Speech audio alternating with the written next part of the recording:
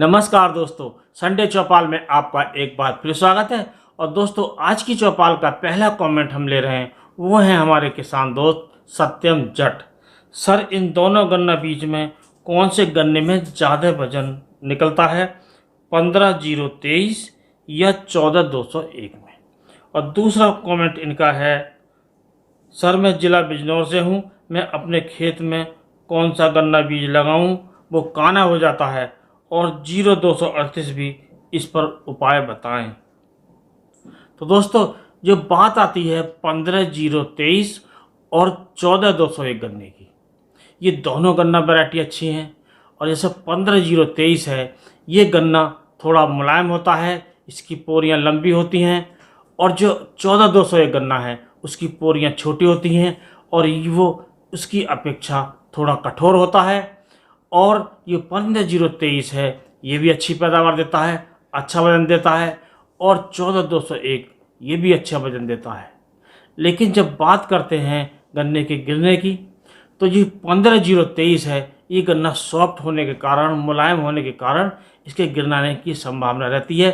यदि बंधाई ठीक से ना हो तो ये गन्ना या गिर जाता है, तो इसका वजन कम हो सकता है। जबकि 14-201 गन्ना ये कठोर होता है, हार्ड होता है, और इसके गिरने की संभावना नहीं रहती है। अर्थात यदि दोनों बातों की हम तुलना करें, जो 14-201 है, ये कुल मिलाकर आपको ज़्यादा वजन दे सकता है। अब बात रही दूसरी बात की, कि आप कोई सी भी गन्ना वैरायटी लगाते हैं नई, उनमें काना रोग लग जाता है, अर्थात जो इंटरनोड बोरर होता है वो ज़्यादा लगता है। तो आप जो गन्ना वैरायटी बोते हैं, वो सॉफ्ट वैरायटी बोते होंगे, और उसकी देखभाल भी ठीक से करें। और आप ये कोशिश करें, जो सॉफ्ट वैरायटी होती हैं उन्हें बुवाई ना करें, और जो हार्ड वैरायटी होती हैं, जो गन्ना थोड़ा कठोर होता है, उसकी बुवाई करें। जैसे 14-201 की बुवाई करें तो वो गन्ना कठोर होता है, तो इसमें इंटरनट बोरर हो या टॉप बोरर हो, वो थोड़ा कम लगेगा। और आप समय समय पर अपने गन्ने का ध्यान रखें। और जब जून जुलाई का जब महीना आता है, तो अब उसमें आप जो ट्रैप होते हैं वो आप लगाएं। उससे ये फ़ायदा होता है कि उसमें एक तरह के अंडे होते हैं। जब हम इन्हें अपनी फसल में लगाते हैं, तो उन अंडों में से कीड़े निकलकर जो टॉप बोरर कीड़ा होता है या जो इंटरनोड बोरर कीड़ा होता है, उससे समाप्त कर देता है, और हमारी फसल बची रहती है। और ये जो तरीका है, ये काफ़ी सस्ता पड़ता है। जो विभिन्न तरह की हम महंगी महंगी दवाएं लगाते हैं, उससे ये सस्ता होता है। और अगला कमेंट हम ले रहे हैं, वो हैं हमारे किसान दोस्त राहुल सागवान जी। सर, गन्ना के 82-72 वैरायटी कैसी है, बताएं। तो दोस्तों, ये जो 82-72 गन्ना है, ये भी अच्छी वैरायटी है और नई वैरायटी है। और इसकी जो खासियत है वो ये है कि ये गन्ना सॉफ्ट होता है, अर्थात मुलायम होता है। और इसकी जो अगोले की जो पत्तियां होती हैं, वो सॉफ्ट होती हैं, स्मूथ होती हैं। इस पर किसी प्रकार के कांटे नहीं होती है, और इससे हमें अच्छी पैदावार मिल सकती है। लेकिन ये गन्ना सॉफ्ट होता है। और अगला कमेंट हम ले रहे हैं, वो है हमारे किसान दोस्त रिजवान खान। सर, अक्टूबर का लोग कौन से वैरायटी सही रहेगी अमरोहा में? तो दोस्तों, अक्टूबर के महीने में जो गन्ना वैरायटी सही रहेगी, आप जैसे पहले से लगाते आए हैं, जो 0238, वो भी अच्छी वैरायटी है। लेकिन इसमें अब रोग ज़्यादा आने लगे हैं। आप इसी जगह या तो आप 118 गन्ना लगाएं या 14-201 लगाएं, वो ज़्यादा अच्छे रहेंगी। और 13-235 जो गन्ना है, वो भी काफ़ी अच्छा है, नई वैरायटी है। यदि मिल जाए, ये कम मात्रा में मिल रही हैं और आपको उपलब्ध हो जाएं, तो आप इन्हें लगाएं। और इन्हें लगा करके आप इनकी मात्रा बढ़ाएं और इसका जो क्षेत्रफल बढ़ाएं।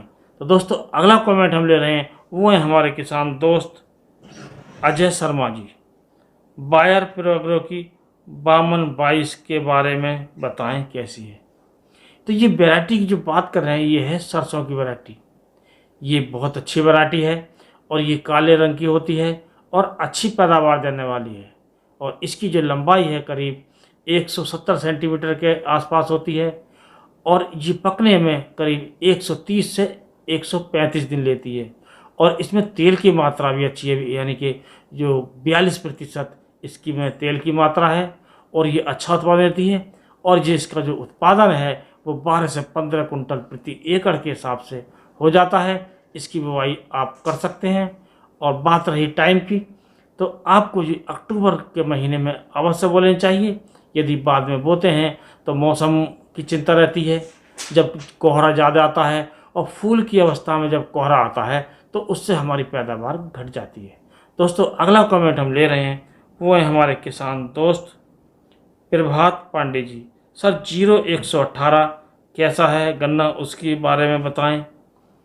तो दोस्तों, ये 0118 वैरायटी है, ये काफ़ी अच्छी है। इसकी पोरियों की लंबाई भी अच्छी होती है और इसमें की मोटाई भी काफ़ी अच्छी होती है। कुल मिलाकर इसकी अच्छी पैदावार है और आप इसकी बुवाई कर सकते हैं और इससे ज़्यादा पैदावार ले सकते हैं। तो दोस्तों, अगला कमेंट लेने से पहले आपसे अनुरोध करेंगे, यदि आप चैनल पर नए हैं तो चैनल को कर लें सब्सक्राइब और बेल आइकन के बटन को ऑल पर सेलेक्ट कर लें। और दोस्तों, यदि वीडियो पसंद आए तो वीडियो को लाइक कर दोस्तों में शेयर करें। इसके बाद हम जो कमेंट ले रहे हैं वो है हमारे किसान दोस्त गोपाल सहरावत जी, अजय जावला जी, कुलदीप कुमार फैजाबाद से हैं, अनुज कुमार बागपत से हैं और गुरजंत सिंह ये लखीमपुर से हैं। इनका कहना है कि 14,201 और 13,235 कहाँ मिलेंगी। तो दोस्तों, ये 13,235 और 14,201 ये वैरायटियाँ हैं, ये नई वैरायटियाँ हैं और इनकी उपलब्धता अभी बहुत कम है। तो आप इसे मिलने का जो तरीका है इसे अपनाएं। जो गन्ना शोध संस्थान शाहजहानपुर है वहाँ से आपको थोड़ी सी मात्रा में इसकी बड्स मिल सकती हैं, आप वहाँ संपर्क कर लें। यदि जाने का आपके पास समय नहीं है तो आप एक लेटर, जो रजिस्ट्री लेटर होता है, उससे आप डाक द्वारा भेजें और अपना पूरा विवरण फ़ोन सहित और गांव का और पूरा एड्रेस भेजकर वहाँ लेटर भेज दें।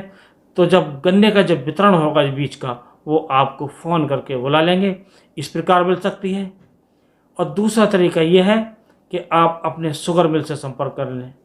शुगर मिल में जो गन्ना सुपरवाइज़र होते हैं उनसे संपर्क करें और शुगर मिल भी इन वैरायटियों को लगाने का प्रयास कर रही है, तो आप वहाँ से भी बीज प्राप्त कर सकते हैं।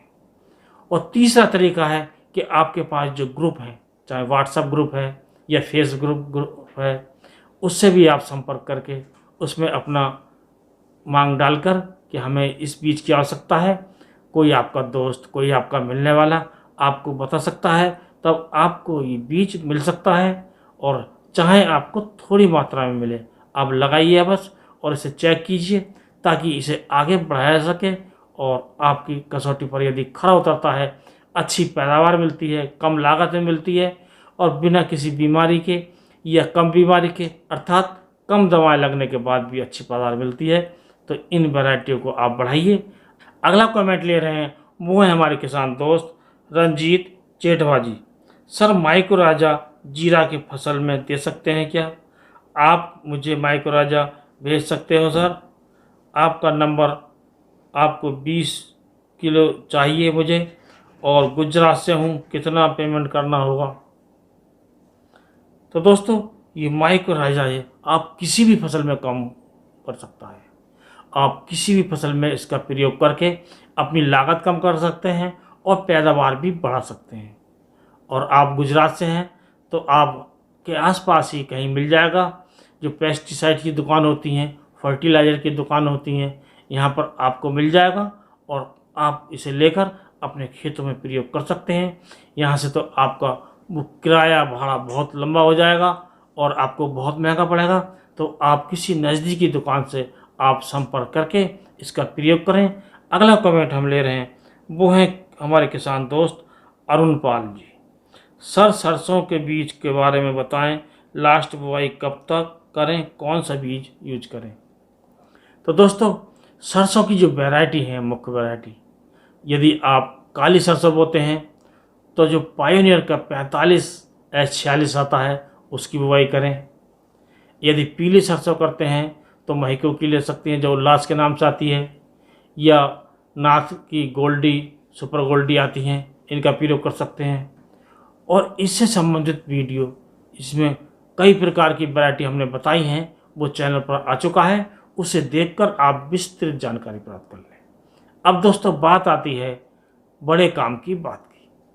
तो दोस्तों बड़े काम की बात आज की है, क्योंकि अब मौसम सर्दियों का आने वाला है और उस समय दिन छोटे होते हैं, कोहरा भी होता है और उस समय हमें एक प्रॉब्लम होती है कि जो हमारी फसलें हैं कम विकास करती हैं, क्योंकि उस समय ये होता है कि जो सूर्य है वो कम समय के निकलता है, कम हल्का निकलता है, यानी कि धूप हमारे पौधों को कम मिलती है, सूर्य का प्रकाश कम मिलता है, तो फोटोसिंथेसिस क्रिया कम होती है। तो इसके लिए क्या किया जाए? तो दोस्तों इसके लिए आप सीवीड का प्रयोग करें, और सीवीड जो जाइमाते हैं उनका प्रयोग करने से ये जो फोटोसिंथेसिस क्रिया तेज हो जाती है, तो हमारे पौधे, हमारी फसलें सर्दियों के टाइम पर भी बहुत अच्छा विकास करती हैं। क्योंकि दोस्तों ये सीवीड जो होते हैं ये समुद्री घास से बनते हैं, और ये समुद्री घासें 10 किलोमीटर 15 किलोमीटर नीचे समुद्र के होती हैं। वहाँ तक सूर्य का प्रकाश बहुत कम जाता है, और उसमें भी हमारी ये जो घासें होती हैं, ये सीवीड होती हैं, ये फोटोसिंथेसिस क्रिया करके अपना विकास कर लेती हैं, और ये हमारे जो शक्ति है हमारे पौधों में जाती है, हमारी फसलों में जाती है। तो आप इसका प्रयोग करके और ठंड के मौसम में हम इसका ज़्यादा लाभ कमा सकते हैं और अपने पौधों का अच्छा विकास कर सकते हैं। अपनी फसलों से हम ज़्यादा पैदावार ले सकते हैं। तो दोस्तों आज की वीडियो में बस इतना ही। अगले वीडियो में किसी नए टॉपिक के साथ फिर मिलते हैं। तब तक के लिए नमस्कार।